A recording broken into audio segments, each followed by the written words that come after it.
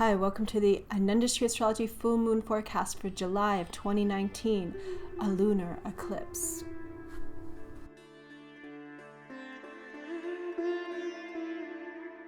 So the moon is waxing. The energy is increasing. We're in between eclipses. How do you feel? The moon is waxing and waxing, and on July 16th at 2:38 p.m., the moon will reach its biggest point of fullness, the end of its Purnima tithi, and begin to wane again. So this full moon is no ordinary full moon.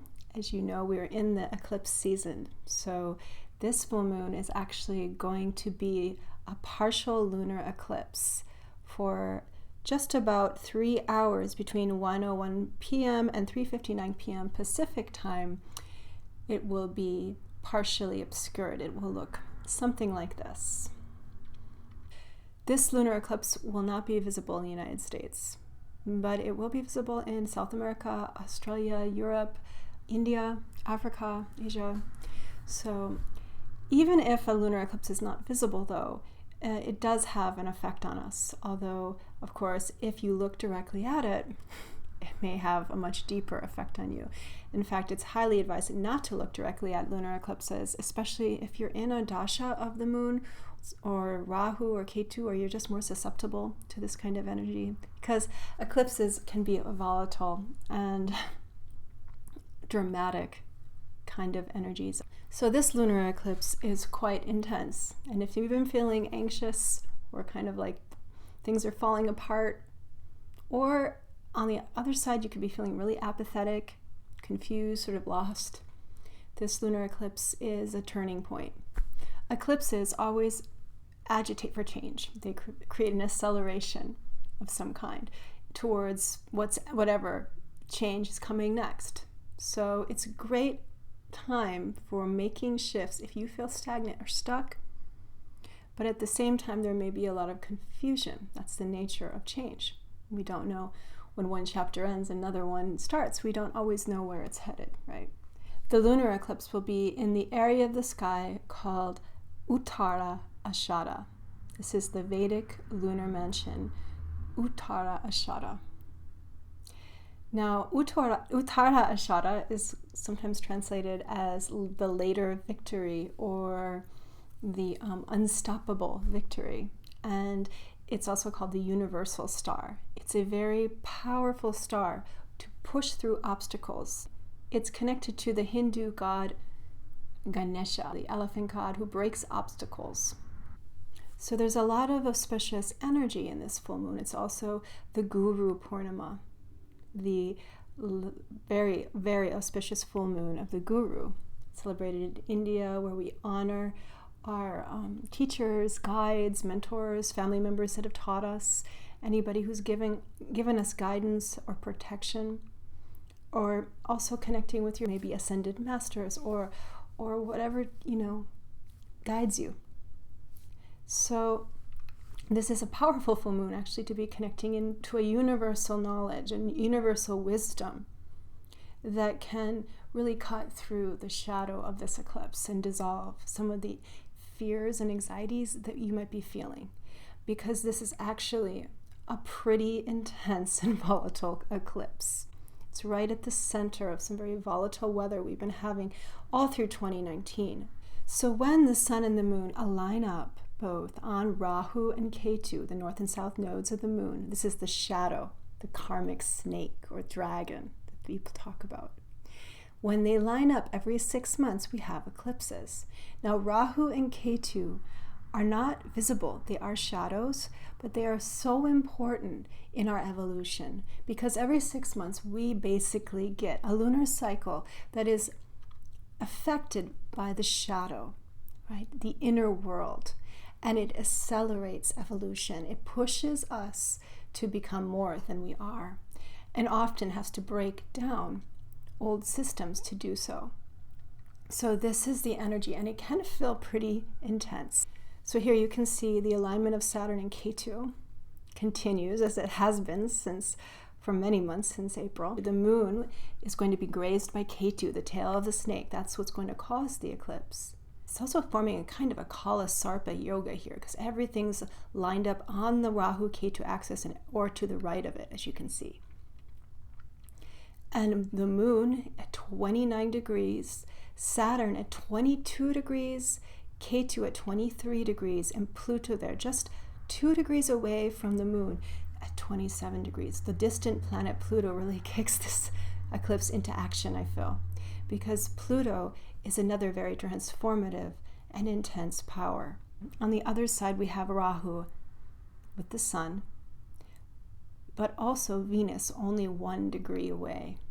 So wow, that's a lot of energy lined up on this lunar eclipse, as you can see.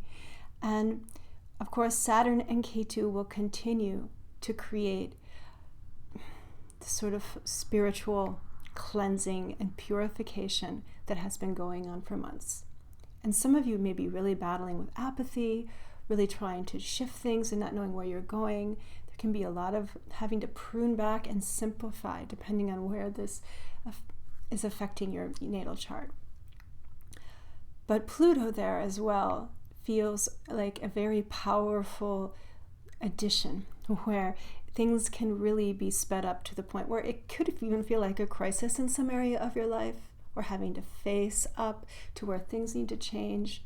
This is an excellent time to forgive yourself and others, to clear the air, to clear things out, to move home, to end a job or a relationship also that doesn't feel good, because there's also an addition there of Venus, the goddess of relationships, love, intimacy, desire, and material wealth, has joined Rahu within 1 degree of this in this eclipse. So, well, Venus has descended from Morning Star too to do this, so she's no longer visible. She's in this transformation time, and Venus and Rahu, when they come together, can really agitate relationships. They can also trigger troubles with addictions, help us see where we need to be more, maybe have more boundaries in our relationships. There could be also problems with codependence coming up, or generally this is a very volatile time for relationship as well. This lunar eclipse can shift things up, but also an excellent time for clearing the air, detoxing, cleaning things out, like I said, and opening your heart to better patterns in relationship as well. Well, Venus will be combust the sun next month and then begin to ascend, and she will be visible as evening star probably in mid-September, depending on your location. So that will be a time, kind of like a new birth or rebalancing time in a lot of these issues around financial stability and relationship. So this very auspicious Guru Purnima, guru, actually the word guru means teacher, but it also can sometimes translate as the one who dispels darkness, or the dispeller of darkness. And I really love that imagery because it's really the illumination of the mind that dissolves our fears and anxieties, or our negative self-beliefs, the things that block us or discourage us, or the things that make us give too much and not know how to say no. So this is a very powerful time, this lunar eclipse, to be doing spiritual practices, to be connecting to those who have given us protection and wisdom and true guidance. And if you don't have anybody like that in your life that you can imagine, just connect to your inner compass. Connect into that part of you, that inner child maybe, that knows what's right and what they want. You know, it's a lot about the intuition too, and our gut feelings that guide us in this time to what's more true, our true path. If you want to know how this eclipse time is affecting you on a personal level, you really have to book a one-on-one reading with a Vedic astrologer like me. You can, if you want to, look at horoscopes and see how it aspects your sign or your ascendant. But to be honest, there's a lot more details that have to be considered for each person. It has a lot to do with the type of cycles you're running and the type of patterns that are already in your chart. So if you'd like to have more information about this, you can reach out to me. I'll put a link below. You can schedule a one-on-one reading with me. We can talk about your chart. Okay, let's see what the tarot cards have to say about this lunar eclipse in Uttara Ashara.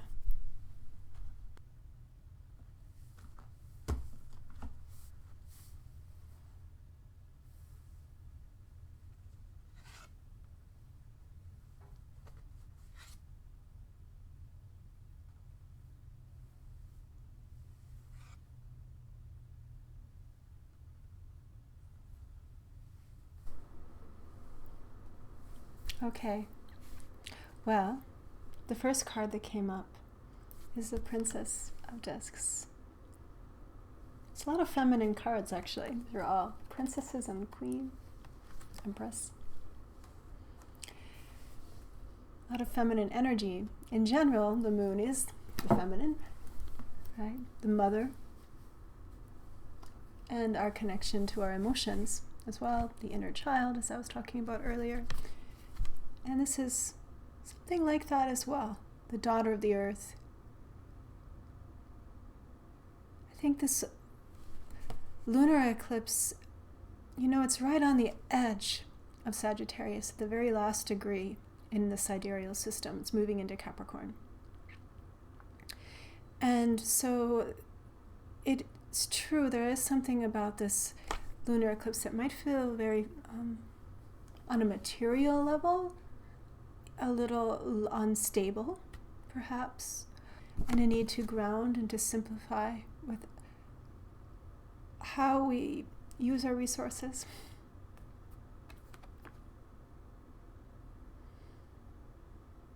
And our energy.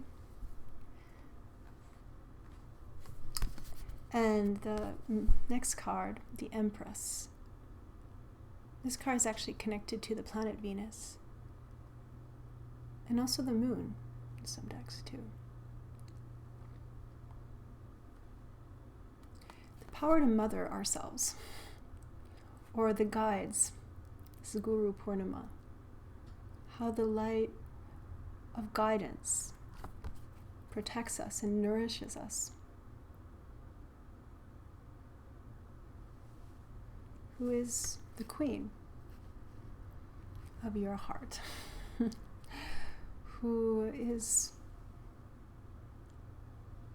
the one that parents you, or the one that protects you. And then another daughter, the Princess of Cups. And I think there's something about this Venus, that's why there's so much feminine energy here too. Something about this Venus conjoining Rahu in this lunar eclipse around how much we give, how much we take, how we share, again, our resources as well. It's good to be charitable. And Saturn conjoined this lunar eclipse really speaks of how much we can be of service. Maybe assessing what really needs our service, what really needs help around us, and how we can devote our lives to some higher cause, something that's not selfish. The Uttara Ashara is a lot about this, about the big mind, the higher vision of how our actions can affect the world around us. But at the same time, to do this, we have to also take care of the inner world.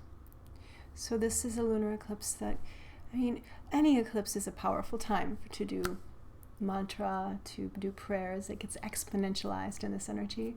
But Guru Purnima especially opens portals of healing, of guidance, of new clarity. Although this is not a time you should be signing documents or making commitments, right? But it's a time for self-reflection, inner work. And then in the future, as this eclipse energy resolves, after a few more weeks into August, there will be so much more room to grow. Let's take a look at this.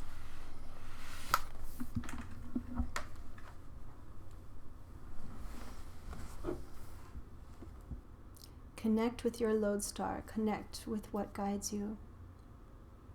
The compassion. Calm the anxiety and the self-criticism, and play with how you can feel more nourished, more happy, more grounded, more fulfilled in your relationships, in your service to the world, in your work. You are not alone. You are protected, always, by a universal force of protection and nourishment and love. Take shelter there.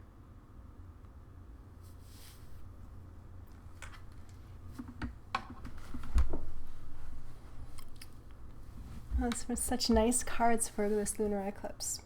Guru Purnima, a very auspicious time actually, despite all the chaos that may be going on underneath. This is a very powerful full moon. And so take care, and if you like my channel, be sure to subscribe to this YouTube channel and subscribe to my newsletter. I write a blog, so if you'd like to read about what's happening, it's all written below. There's a link to the blog. And I do offer one-on-one Vedic Astrology and Tarot readings. You can book a reading by clicking the link below. And I will see you soon on the next new moon. Take care.